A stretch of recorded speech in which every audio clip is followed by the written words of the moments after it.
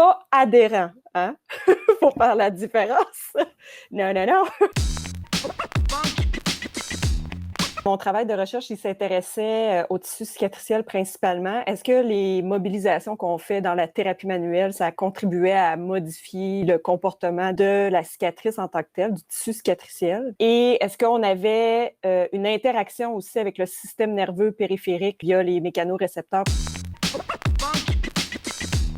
Mes travaux de recherche, ils ont comme 3 questions principales qui sous-tendaient. La première, dans les thérapies manuelles, c'est accepter d'emblée qu'on a de l'effet ou qu'on module le tissu cicatriciel ou qu'on a un effet sur les adhérences. C'est beaucoup dans le langage populaire clinique, les adhérences.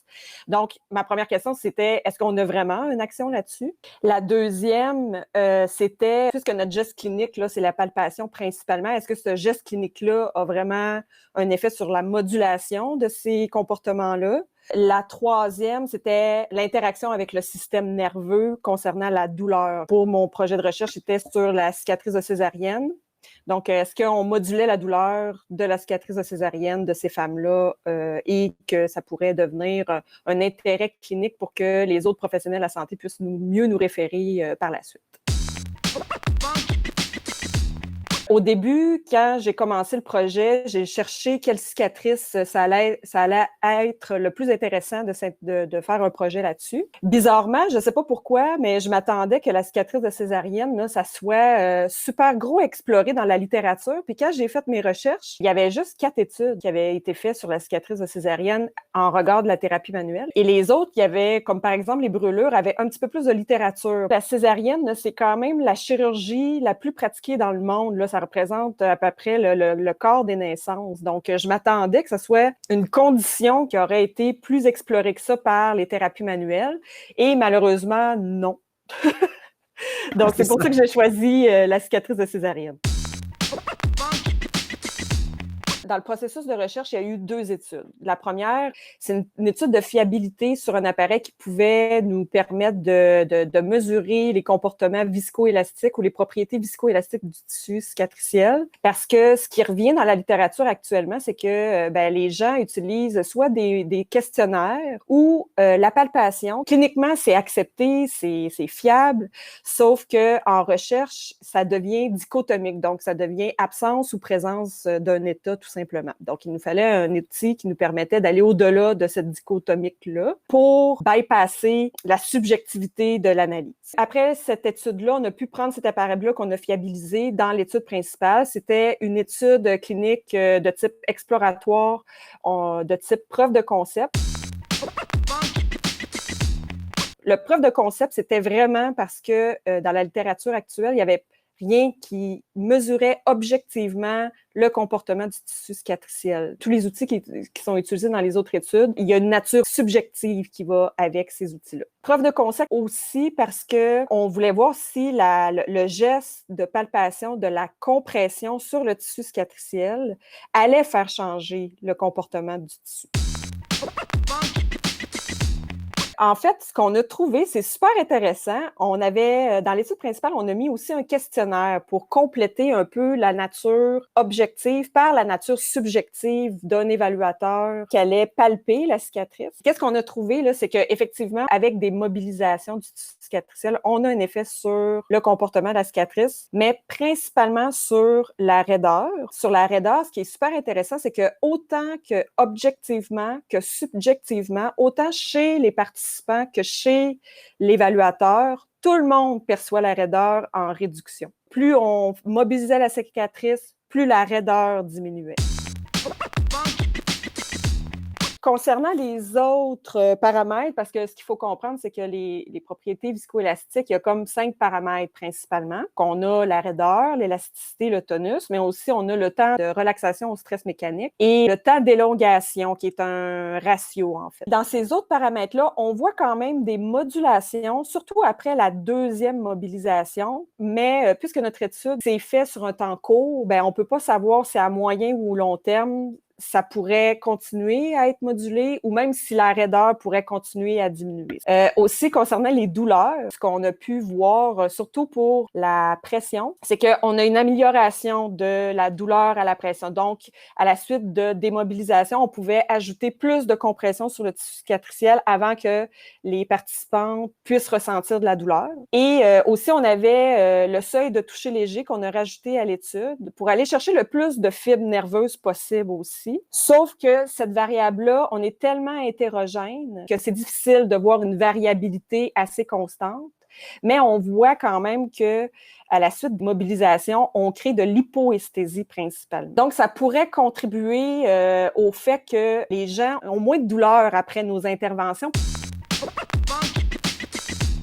Parce que l'hypothèse, là, c'est que les propriétés viscoélastiques, ils fonctionnent avec les différentes fibres qui sont sous-jacentes du tissu conjonctif. Ces fibres conjonctives-là, ils sont entremêlés au travers des mécanorécepteurs, comme le corpuscule de Ruffini, que les fibres de collagène traversent. Et ces récepteurs-là, ben, ils sont en relation avec la pression. Donc, on pense que quand on modifie le comportement tissulaire, l'hypothèse, c'est qu'on diminuerait la stimulation croisée entre dans un potentiellement une condensation du tissu cicatriciel, parce que le tissu cicatriciel est quand même différent de la peau normale. Donc, on pense que le tissu cicatriciel est plus dense, déjà d'emblée.